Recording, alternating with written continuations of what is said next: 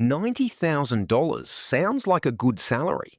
For a lot of Australians earning it right now, it doesn't feel like one. Here's why. Almost nobody actually sits down and runs these numbers. Not the take-home pay, not the tax, not what's left once the basics are paid. They just feel the squeeze and assume it's their own fault. So today, we're running the actual numbers, all of them, starting with the one most people have never even heard of. Let's start with the simple part. Gross salary. On $90,000, income tax takes a chunk before you even see the money. Run it through the current brackets, add the Medicare levy, and you land at around $19,500 in tax for the year. That leaves you with roughly $70,400 take home. Already, a fifth of your salary is gone before you've spent a single dollar on rent, groceries, or anything else. That part most people roughly know. It's the next part nobody accounts for. It's called bracket creep, and almost nobody talks about it. Here's how it works. Tax brackets in Australia are fixed numbers. They don't move automatically with inflation or with your pay rise. So every time your wage goes up, even just to keep pace with rising prices, more of your income gets pushed into a higher tax bracket. Your pay rise feels like progress. Mechanically, a growing share of it gets taxed away. Let's make that concrete, because the effect is bigger than most people expect. Say you're on $85,000 and you land a $5,000 pay rise, taking you to $90,000. On paper, that's a win. In practice, a slice of that extra $5,000 gets taxed at 30%, not your average rate. So roughly $1,500 of it disappears in income tax alone before the Medicare levy even applies. Now add what else moves when your income rises.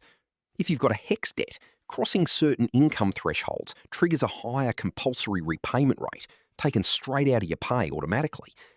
If you've got kids in care, a higher household income reduces your Child Care Subsidy rate, which means your out-of-pocket childcare cost goes up at the exact moment your pay does.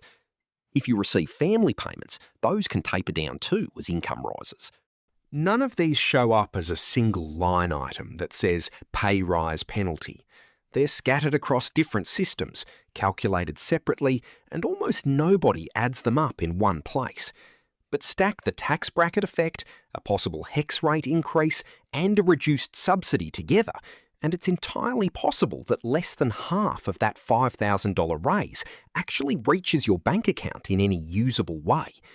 This is why a pay rise can land and somehow not feel like one. This isn't a one-off either. It's been measured at the national level.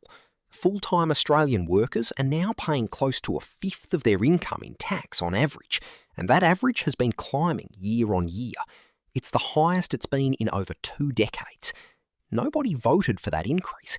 It happened automatically, bracket by bracket, as wages rose and the thresholds stayed exactly where they were. Here's the truth most cost of living content won't say plainly. This isn't about your spending habits. It's not a budgeting failure. It's not lifestyle creep.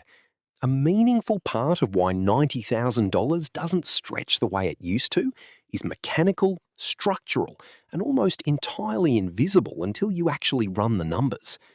The government knows it too. As of the 1st of July, the lowest tax bracket has dropped from 16% to 15%, a direct response to exactly this problem. It's a real saving, but it's modest.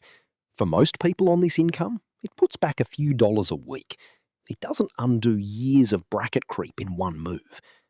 So the tax side alone tells part of the story.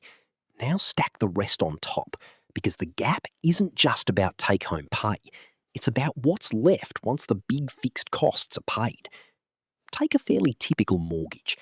On a loan around $650,000, at today's rates, following 3 Reserve Bank rate rises this year, you're looking at a monthly repayment well above $4,000. That's before electricity, before groceries, before insurance. Now add childcare if you've got young kids. Long day care now averages over $140 a day nationally. Even with the subsidy applied, many working families are still paying somewhere around $300 a week out of pocket for 2 or 3 days of care. That's before you've factored in before and after school care for older kids. It's worth noticing how this plays out differently depending on the household. A single income family on $90,000 carries the full mortgage on one wage, with one set of tax brackets to navigate. A dual income couple earning $45,000 each crosses fewer high-rate thresholds individually, but often pays more in childcare to enable that second income in the first place. Different paths, similar squeeze, for different structural reasons. Put it all together. Take-home pay around $70,000, a mortgage eating close to $50,000 a year, childcare adding another $15,000 or $20,000 if you've got young children. Before groceries, before petrol, before anything else, the $90,000 salary has already been carved down to a fraction of itself. That's not a feeling. That's arithmetic. So here's the takeaway, and it's not earn more or spend less, because you've probably already heard both of those 100 times. First, check your tax withholding. If you've had a pay rise recently, make sure your employer has updated it correctly. It's a common error that costs people money at tax time. Second, if you've got kids in care, check your Child Care Subsidy rate is current, because thresholds and caps move every year, and a lot of families are sitting on an outdated rate. Third, if you're carrying a HECS debt, check where the repayment threshold sits this year, because that's another deduction people forget to track until it shows up in a smaller pay packet. And if a pay rise is on the table, ask what it's actually worth after tax, and after any subsidy tapering, not just what it says on the offer. None of these fix the structural problem, but they make sure you're not losing more than you have to on top of it. You're not bad with money. The system was never going to tell you where the gap went. Now you know. If this helped, subscribe, and feel free to share it with someone on a similar income who's been wondering the exact same thing.